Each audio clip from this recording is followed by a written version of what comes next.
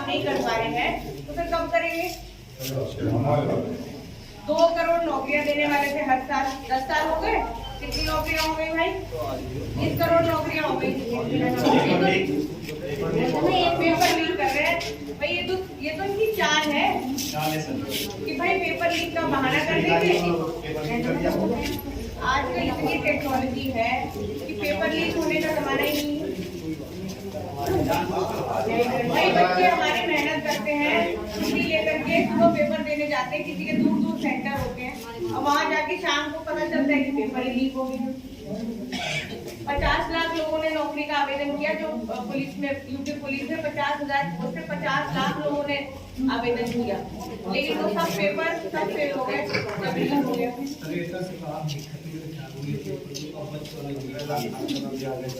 जी जी, सबके खाते में आ गए। भाई ये जो अनाज दे रहे हैं 5-5 किलो, मैं पूछना चाहती हूँ, कई जगह पे तो बाजरा भी दे रहे हैं। गर्मी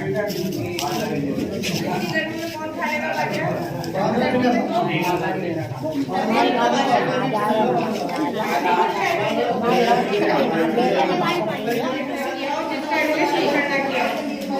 और जो मेरी यहाँ माताएं बहनें बैठी हैं, उनसे तो मैं खास तौर से कहूँगी कि आपके बीच में पहली बार एक महिला प्रत्याशी आई है सांसद के पद के लिए, पहली बार।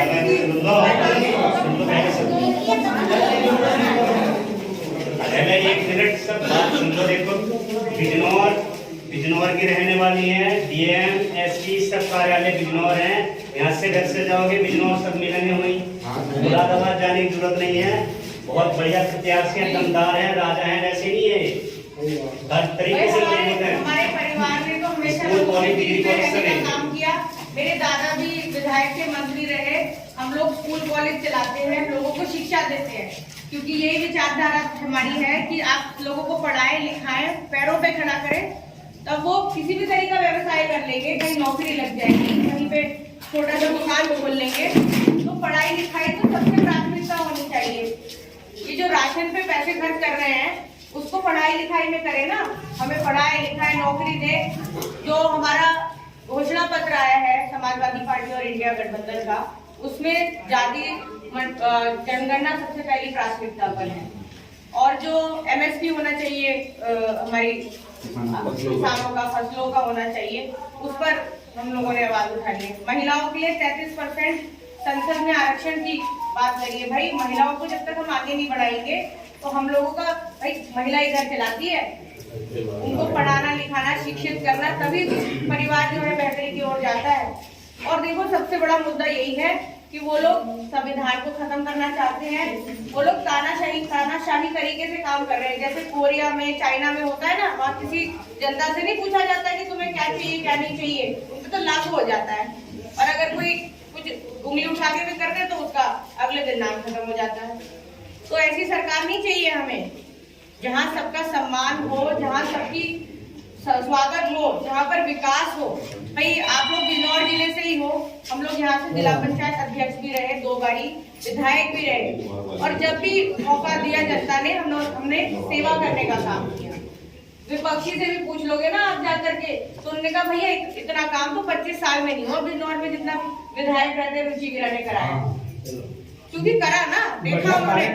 भाई चाहे स्कूल बने, सड़कें बनी, टंकी लगी, मेडिकल कॉलेज जिस पे अभी बिजनौर में अपना ठप्पा लगा रखा है ना इन्होंने, वो भी समाजवादी सरकार में रुचि गिरा के टाइम बनाए लेकर आई थी। वो लड़ झगड़ कर लेकर आई थी कि मुझे मेडिकल कॉलेज चाहिए, अपने जनपद में मुझे मेडिकल कॉलेज चाहिए, क्योंकि वहाँ पर सुविधाएं नहीं है। तो देखो बहुत लंबी चौड़ी बात करना, आप लोग सब समझदार लोग हो, सब लोग देखो, अगर भारतीय जनता पार्टी को हटाना है, इस देश को बचाना है, संविधान को बचाना है, तो आप सब लोग साइकिल और इंडिया गठबंधन, समाजवादी पार्टी और इंडिया गठबंधन का सहयोग करें। और साइकिल का हमारा निशान है, आपकी जो नेता है वो आपके बीच में रहने वाली है। कहीं भी पूछ लो, हमें ना तो किसी से वसूली करनी है, ना हमें किसी की जमीन जब्त करनी है, ना किसी पे झूठे मुकदमे कर रहे हैं। भैया अगर 20 साल से है राजनीति में, अगर ऐसी मंशा होती तो जब विधायक थे, जिला पंचायत अध्यक्ष थे, तो करते ऐसा काम या नहीं करते? पूछ लो, आप तो जिले में कहीं से पूछ लो। मैं तो डंके की चोट पे कहती हूँ, जो कोई बता दे कि किसी पे झूठा मुकदमा करा हो तो। किसी की जमीन नहीं जब हमने जब्त करी, हम काम ही नहीं करते ऐसा। हम लोगों के सेवा करने का काम करते हैं। लेकिन क्या है ना, सारे तो लड़के बेचारे पढ़ लिख का 13-12 पढ़ना घर बैठे नौकरी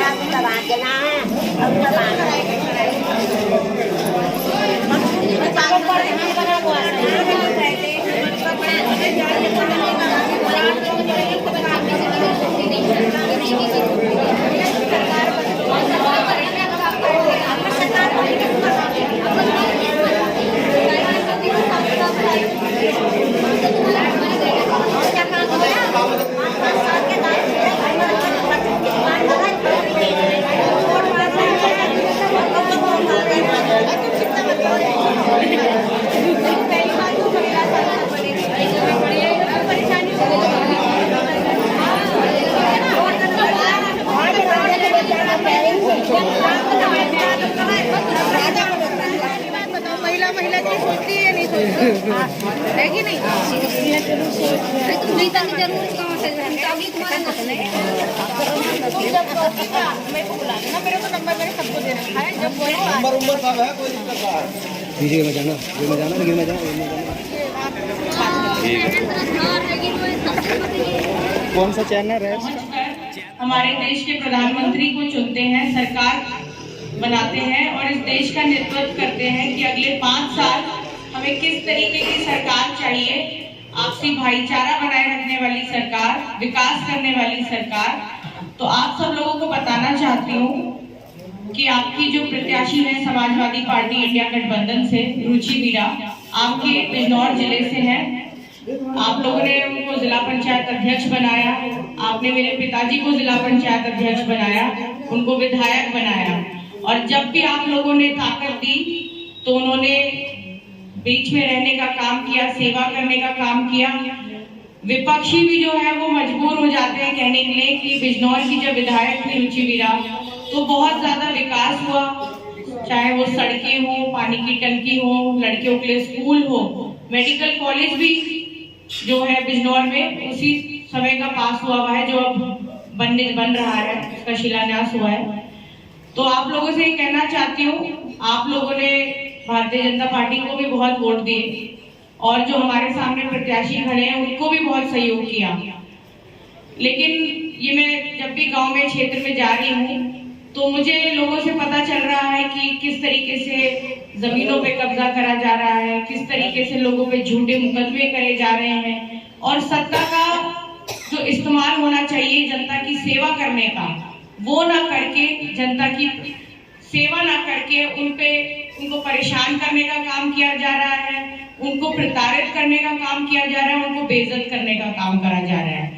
भाई आप लोग तो सब भुक्तभोगी हैं, मेरे कहने से कुछ नहीं होगा, आप लोगों के साथ ऐसा हुआ है तो मैं सब लोगों को ये बताना चाहती हूँ, एक ऐसा प्रत्याशी चुने जो आप लोगों के साथ खड़े रहने वाला हो, आपकी समस्याओं में, आपकी परेशानी में, सुख दुख में आपके साथ खड़ा रहने वाला हो और कहीं भी आपको उनकी जरूरत पड़े तो आपके साथ खड़ा हुए मिले, ऐसा प्रत्याशी चुनिए।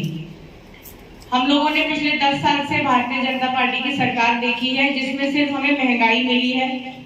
भाई महंगाई किसी वर्ग, किसी व्यक्ति विशेष को नहीं हो रही है, ये तो सबके लिए है। गैस का सिलेंडर अगर आज 1200 रुपए का है तो वो सबके लिए है, ऐसा नहीं है कि किसी वर्ग के लिए सस्ता है। अगर डीजल का रेट 100 रुपए से ऊपर है, पेट्रोल 100 रुपए को पार कर गया है तो वो सिर्फ महंगाई आप सब लोग झेल रहे हैं। मैं तो पूछना चाहती हूँ भारतीय जनता पार्टी से कि आप लोग जनता के 80 करोड़ लोगों को 5 किलो अनाज दे रहे हैं, भाई उनको पैरों पे खड़ा करो, उनको नौकरियां दो, उनके लिए छोटे लघु लगाओ जिससे हमारी माताएं बहनें जो हैं अपने पैरों पे खड़े हो सके। एक जिम्मेदारी से, एक अपने अभिमान से जो कमाए हुए पैसे होते हैं उसकी अलग ही कीमत होती है और एक मुफ्त में मिले हुए राशन की अलग कीमत होती है। भाई राशन में भी आजकल बता रहे हैं कि बाजरा भी मिलने लगा है। इतनी गर्मी में कौन खा सकता है बाजरा? पता नहीं, समझ नहीं आ रही क्या नीति है, हमें क्या करना चाहते हैं। हमारे देश में सबसे ज्यादा युवा हैं। किसी भी पूरे विश्व में सबसे ज्यादा युवा अगर किसी देश में है तो वो भारत में है, लेकिन वो घर पे बेरोजगार पड़े हैं, पेपर देने जाते हैं, पेपर लीक हो जाते हैं। ये कोई मैं अपनी तरफ से बातें नहीं बता रही हूँ, ये जो आजकल की परिस्थितियां हैं उनको आप लोगों के बीच में रखने का काम कर रही हूँ। तो मेरा आप लोगों से ये कहना है, देखिए कोई भी योगी जी के पास नहीं जा सकता, कोई प्रधानमंत्री के पास नहीं जा सकता, लेकिन अगर ऐसा जनप्रतिनिधि चुन लो जो आपके लिए काम करना चाहता है, आप लोगों के साथ रहना चाहता है, तो वो कोई सी भी सरकार चल रही हो, और वो तो विकास करने वाला व्यक्ति अगर होगा तो वो विकास करेगा। भाई हमें तो डबल इंजन की सरकार देख ली, कहीं पर मुझे तो ऐसा लग नहीं रहा कि कोई बहुत ही ज्यादा पूरा कायाकल्प हो गया हो, पूरी सड़कें बन गई हो और पूरे हमारे क्षेत्र का विकास हो गया हो, ऐसा तो कुछ नजर नहीं आ रहा। 10 साल पहले भी ऐसा ही था, अब भी ऐसा ही है। सड़कें टूटी है, नाली नहीं है, पानी की निकासी नहीं है, लाइट नहीं है, बच्चों के पढ़ने के लिए अच्छे स्कूल नहीं है, तो सारी समस्या वही है जो 10 साल पहले तैयार हुई वही है। महंगाई और हो गई उसके साथ साथ, और हम लोगों के बीच में नफरतें और पैदा कर दी। तो मेरा आप सब लोगों से बार बार यही कहना है, औरों को भी मौका दिया है, इस बार एक ऐसे प्रत्याशी को वोट दो जिसने पिछले 10 साल से 20 साल से लोगों के बीच में रहने का काम किया, सेवा करने का काम किया। सभी का बहुत बहुत धन्यवाद। हमारा चुनाव चिन्ह साइकिल है, दूसरे नंबर पर 19 तारीख को। सबसे बहुत मैं हाथ जोड़ करके वोट की अपील करना चाहती हूँ कि इस बार साथ दे दो, और फिर अगले 5 साल आप आराम से सोना, विकास होएगा, ना यहाँ किसी की जमीन पे कब्जा किया जाएगा, ना किसी पे झूठे मुकदमे करे जाएंगे। आप लोग चैन और अमन से रहने वाले लोग हो, यहाँ पे विकास होगा और आपसी भाईचारा कायम रहेगा। धन्यवाद।